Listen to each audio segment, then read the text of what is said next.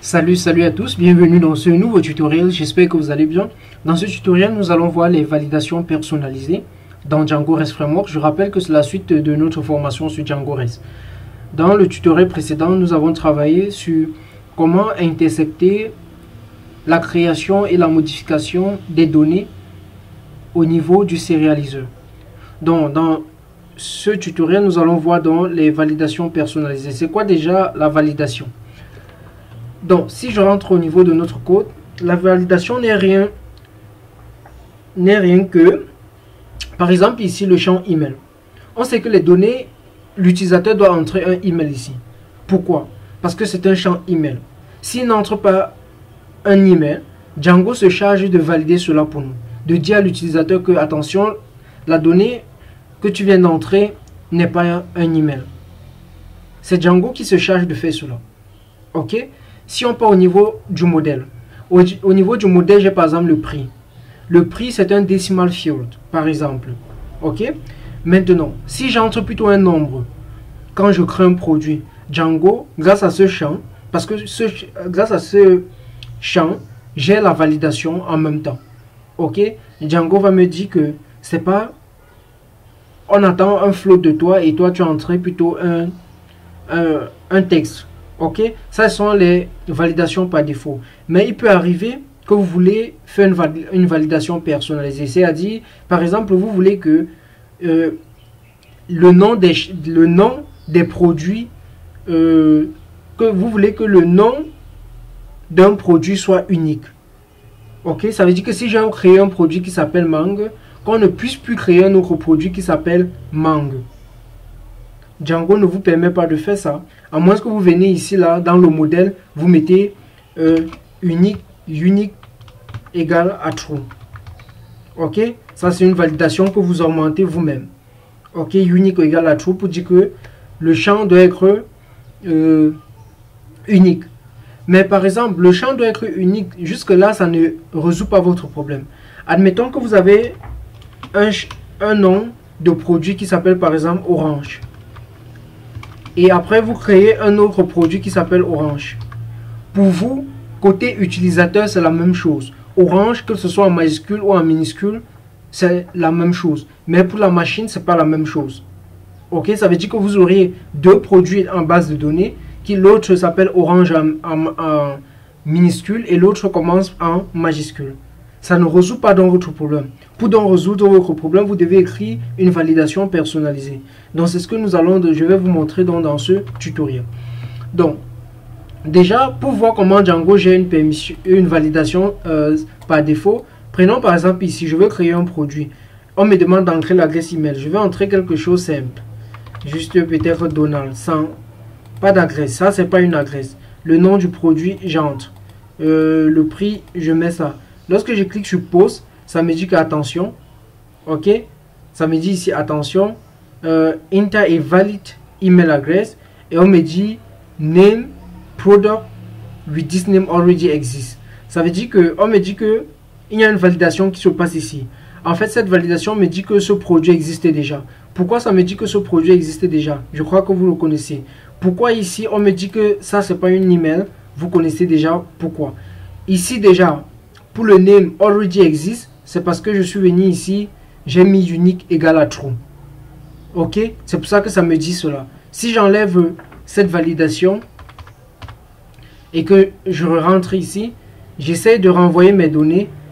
Là, j'aurai une seule exception maintenant. Parce que le unique n'est plus là. Ça, c'était une validation que nous avons mis, ce n'est plus là. Mais ici, on a toujours un problème d'adresse. Ok, voilà, ça c'est les validations par défaut. Maintenant, vous vous rappelez du unique qui était égal à true. Si je viens là, je remets le unique ici. Je laisse le unique comme ceci. Et j'essaie d'envoyer ces données. Vous voyez, j'ai deux exceptions. Maintenant, si je change ceci en P majuscule. Et j'essaie de faire. Vous voyez que présentement, j'ai une seule exception. Or, produit manage, product manage et product manage, que ce soit en minuscule ou en majuscule, côté utilisateur, c'est la même chose. Ok, donc maintenant il nous faut donc écrire une validation personnalisée. Comment donc écrire une validation personnalisée? C'est très simple. vous devez juste aller au niveau du sérialiseur. Ça se passe exactement comme dans Django. Donc au niveau du sérialiseur, admettons que je veux faire une validation personnalisée sur ce champ. Ok, sur le champ name. Avant de faire une validation personnalisée, il me faut donc le champ même. Et une validation personnalisée peut se faire sur le sérialiseur que sur le modèle sérialiseur ou bien sur le sérialiseur SEM. C'est la même chose. Les deux, que vous soyez sur le modèle sérialiseur ou bien sur le sérialiseur, vous devez avoir le champ. Nous sommes d'accord. Donc c'est ce que je vais venir ici. Donc je vais donc dire name égale à serializer.charfield. Ok. Maintenant, je veux valider ceci. Donc je me place ici. Avec Django, si vous vous rappelez, si vous avez suivi une formation sur Django, avec Django pour valider ça, on faisait quoi? Clean. On faisait clean. Et là, on mettait le nom. On mettait le nom du champ. Ok. On mettait le nom du champ. Ok. Maintenant, avec REST, on va plutôt mettre validate. Validate. Et on va mettre le nom du champ. Ok. Le nom du champ à ce niveau, c'est quoi? C'est name. Ok, là je vais faire donc un surf tout à fait normal et la valeur du champ value. Maintenant quand j'ai fait ceci, ok, quand j'ai fait ceci, je peux maintenant dire je peux dire par exemple query set égale, ok, je dis produit dot object dot filter, ok, dot filter.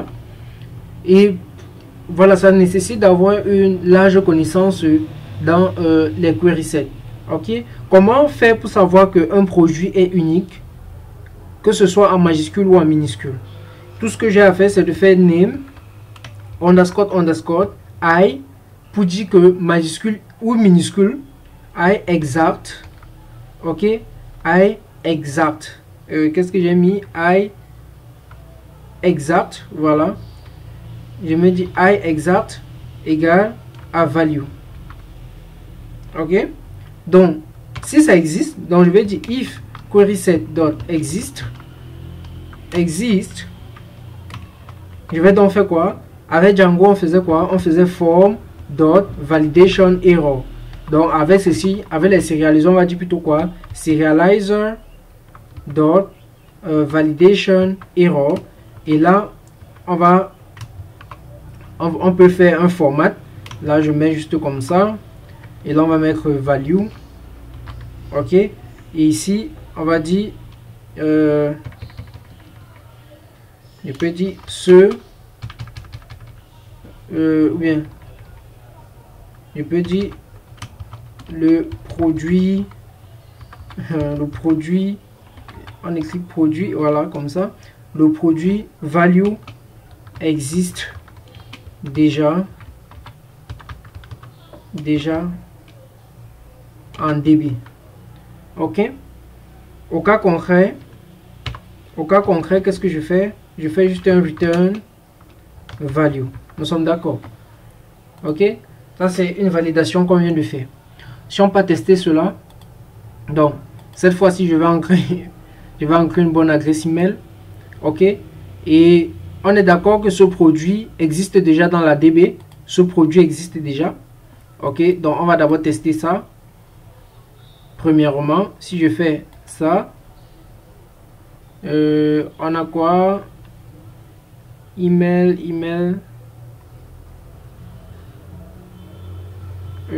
Car email, c'est quel problème encore ça avec l'email?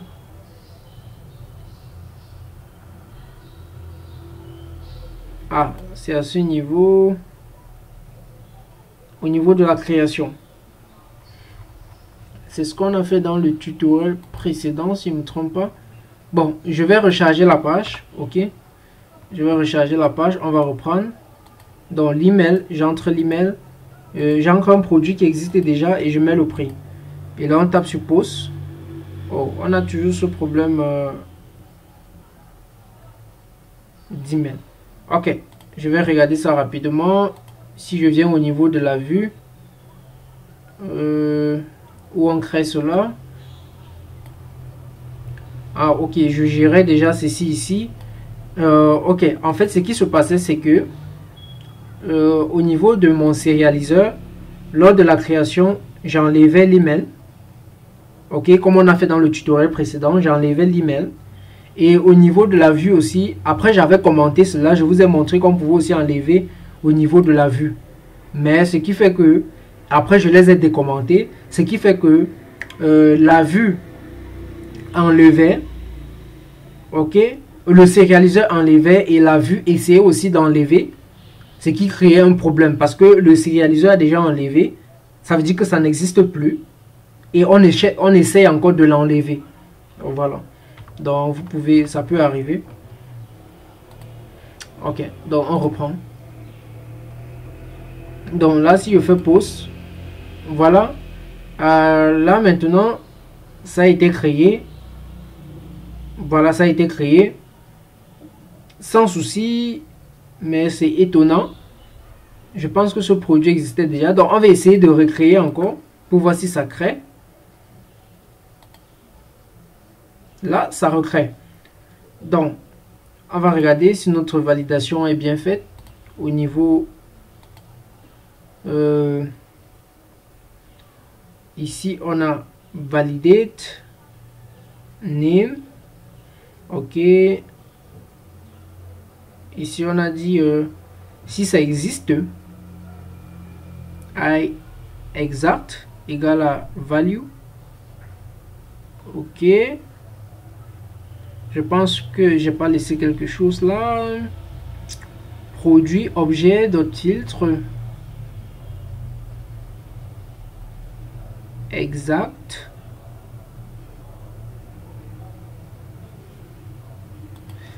Ok. If Q existe, on affiche une erreur au cas concret. Ah, ok, je vois. Vous voyez ici, j'ai oublié quelque chose. Ok, donc il me fallait faire quoi? Un res. Ok, c'est ce mot que j'ai pas mis, un res.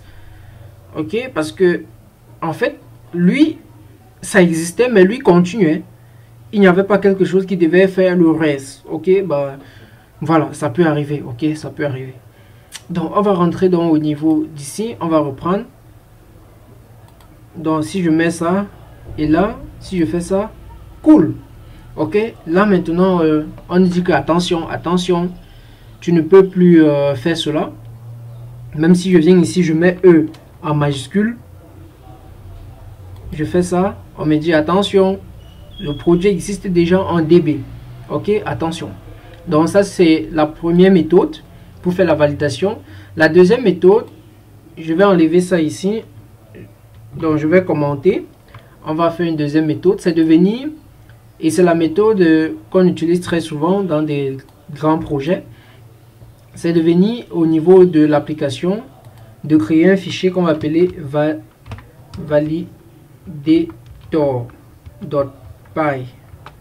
Ok, maintenant dans validator, je vais remettre ma même fonction, ma même méthode qu'on avait. Donc ici je vais dire from.model import product. Ok, maintenant je vais dire from rest framework import serializer. Ok, maintenant cette fois-ci j'ai pas besoin du surf. Ok, j'ai pas besoin du surf. Donc ici, si ça existe, je renvoie simplement ceci. Ok, tout simplement. Ok, voilà. Ici, je peux même voilà, c'est une autre méthode. Donc je peux venir importer cela ici. Donc si je vais from .validator import qu'est-ce qui était là-bas, clean. Bon, il faut que je pas regarder le nom. Le mieux c'est de mettre oui, validate name. Bon, c'est pas mal. Je peux dire validate name, product name. Ok, product name. Il faut que ça soit descriptif, quoi. Copie. Je rentre ici, je colle. Donc maintenant, quand j'ai ça, je vais venir dans le champ ci, je mets donc quoi? Validator. Validator. Voilà, je crois que c'est ça. Et là, je mets comme ceci. Donc validator. Je crois qu'il y a un S, si je ne me trompe pas. Je peux aller dans le champ ci pour me rassurer. Si je vais retrouver rapidement.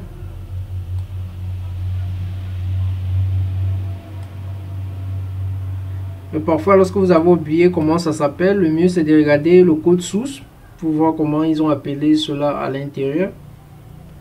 Je crois que ça doit être validator sans S. Ou bien. Non, c'est une liste. C'est une liste. C'est validator avec S. Ok, c'est une liste. C'est une liste. Donc on ajoute juste les validators. Par exemple, ça c'est pour l'email. Ok. Voilà, c'est une liste. À moins que je me trompe. Else validator reject. Voilà, on teste. On teste. Donc ça c'est la deuxième méthode. Si on vient là et qu'on essaye. Donc si je mets par exemple orange. Ok, cette fois si on tape là. Ok, on nous dit que le produit orange existe déjà. Ok, ok, donc c'est validé avec S. C'est une liste. Ok. Donc ça c'est la deuxième méthode. Ok, ça c'est la deuxième méthode pour. Donc vous écrivez plusieurs validations. Par exemple, cette même validation, je peux l'utiliser au niveau.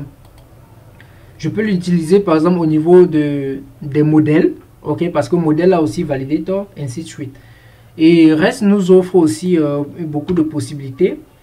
Donc si on fait from REST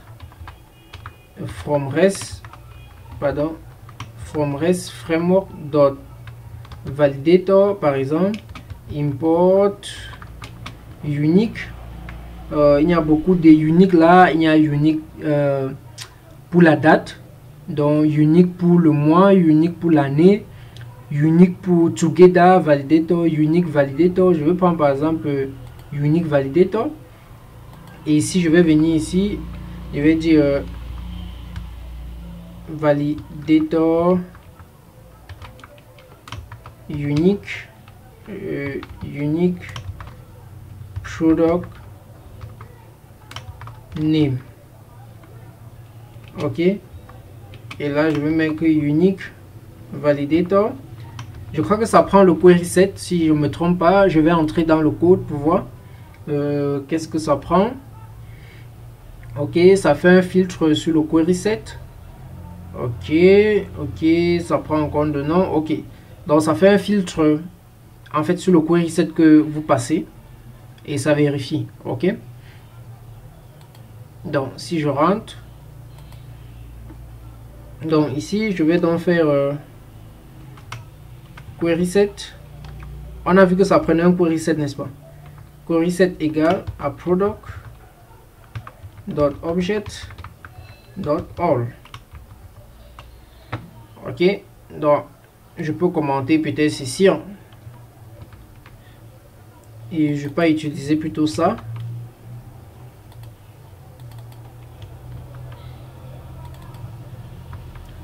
Ok, donc on va tester.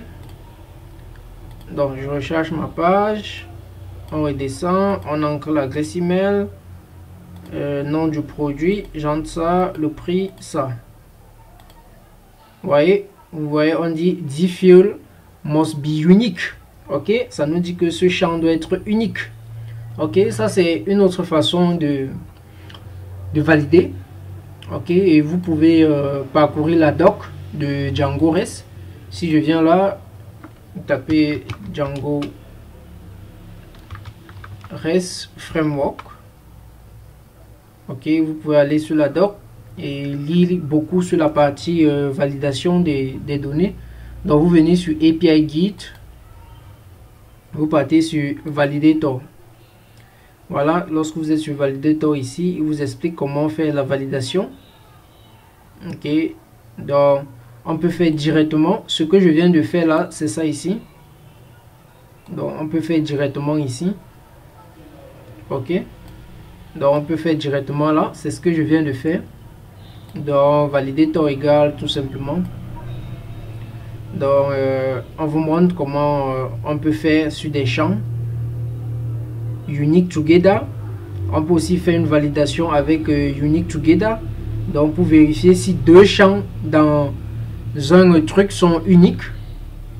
Ok, si deux champs sont uniques dans un modèle, il y a unique for date comme je vous montrais, unique for month, unique for year.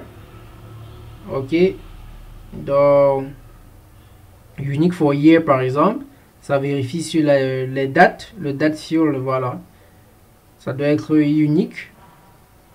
Donc advanced field default. Ok, donc c'est un peu ça le cas. Voilà, vous pouvez lire, c'est pas très long, c'est tout pour la validation avec celui-ci. Donc, et ce qui est pertinent avec cette méthode-ci que j'ai commenté, c'est que par exemple ici, si vous avez besoin de faire une validation avec l'utilisateur qui est connecté, c'est possible. Donc, ce que vous pouvez faire, c'est par exemple, vous accédez d'abord à la requête en faisant surf.context, dans le contexte bien sûr, .get, et là, vous mettez la requête en question, vous mettez la requête. Et maintenant, lorsque vous avez donc si if request is et is par exemple none, bien on va dire is not none, oh pardon, is not none. Là on peut dire on peut faire user égal à request.user. ok, et à partir de là on peut faire query set, on peut faire un query set. Donc je peux copier ça, je mets ici, on peut faire maintenant query set. Et ici on gère aussi l'utilisateur égal à user. Donc on fait un filtre sur deux champs quoi. Ok, bon ici on peut pas tester parce que mon modèle n'a pas de champ utilisateur. Ok, mon modèle n'a pas de champ utilisateur, donc on peut pas faire ça, mais je vous montrerai pourquoi c'est parfois utile. Ok, donc c'est un peu ça. Donc j'espère que vous avez aimé le tutoriel. Voilà, à nous revoir dans le prochain tutoriel. Ok, bye bye.